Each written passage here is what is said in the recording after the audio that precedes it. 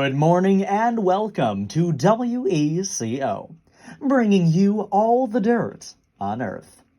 I'm your host, Jackson Dudek. The date is December 9th, 2021, and you just heard Let It Snow by Dean Martin.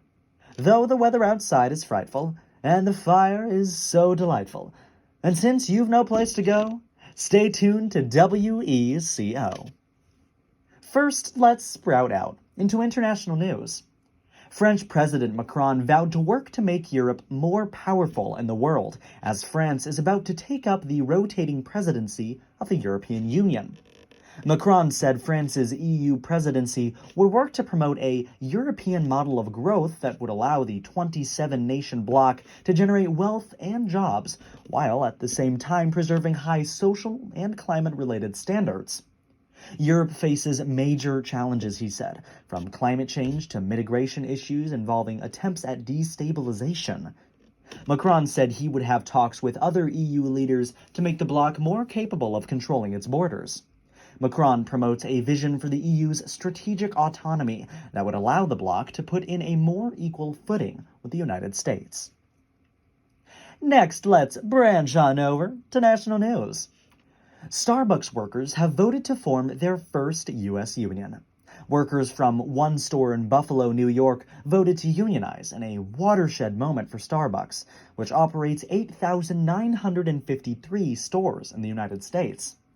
The election marks one of the highest-profile union wins for U.S. restaurant workers, which are among the least unionized in the country. Starbucks workers who voted to unionize will join Workers United, affiliated with the massive Service Employees International Union. The Buffalo vote garnered nationwide attention and support from key labor figures, such as Senator Bernie Sanders. Starbucks headquarters also responded to the drive by flying a wave of corporate executives into Buffalo, including former CEO Howard Schultz. Now let's bloom into Indiana news. LaPorte Mayor Tom Dermody and other city officials are learning about an electric car being tried out for the past week, which has even been on police patrols.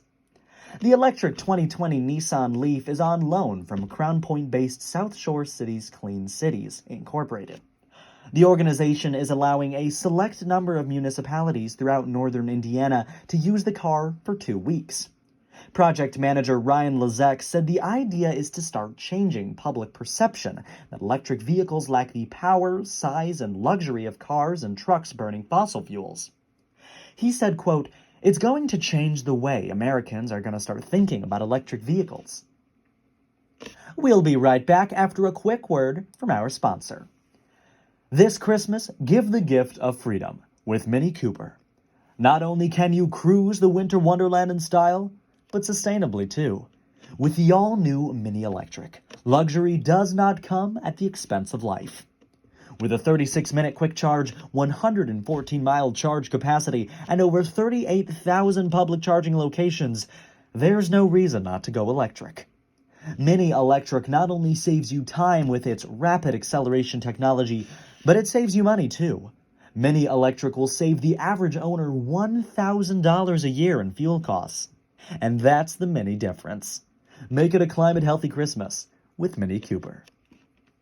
And now for today's Climate Catch.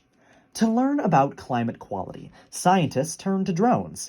Saildrone, headquartered in Alameda, California, makes autonomous surface vehicles powered by the wind and sun to measure climate quality data and do mapping in remote oceans for scientists worldwide. 3 ocean drones were launched from Rhode Island Thursday and will travel along the Gulf Stream, collecting data in tough winter conditions. The goal is to account for how much human-produced carbon dioxide the Gulf Stream can absorb.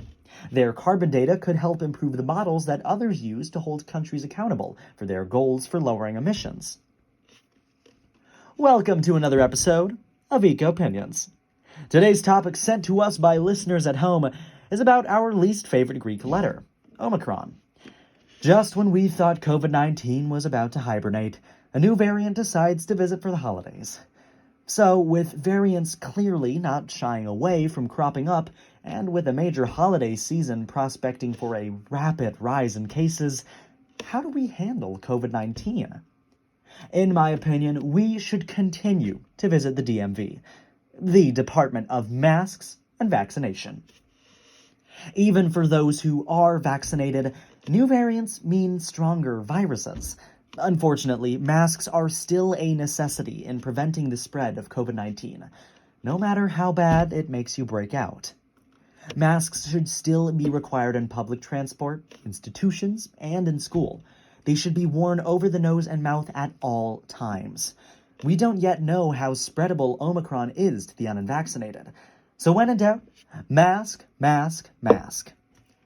Above masking, vaccination is and will continue to be a key process in crushing COVID.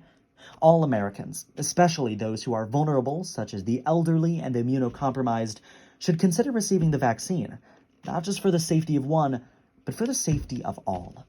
Free vaccination sites can be found at your local Walgreens, CVS, and at temporary vaccination centers. The process is easy, mostly painless, and entirely cost-free. So go out there, get the vaccine, and help fight this thing.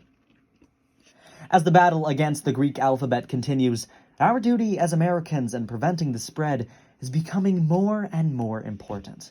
If we all work together under the cause of human safety, we can end the pandemic. But in order to do that, two things are necessary: wearing masks and getting vaccinated. But remember, that's just my opinion. Before we leave, let's take a look at weekend weather. Friday opens the door for winter with a high of 48 and a low of 29. Saturday will warm up significantly with a high of 62 and a low of 42, and Sunday will cool down a bit with a high of 46 and a low of 32. That's all the time we have for you today on WECO. I'm Jackson Dudek, brushing off the dust and letting you grow with Wonderful Christmas Time by Paul McCartney.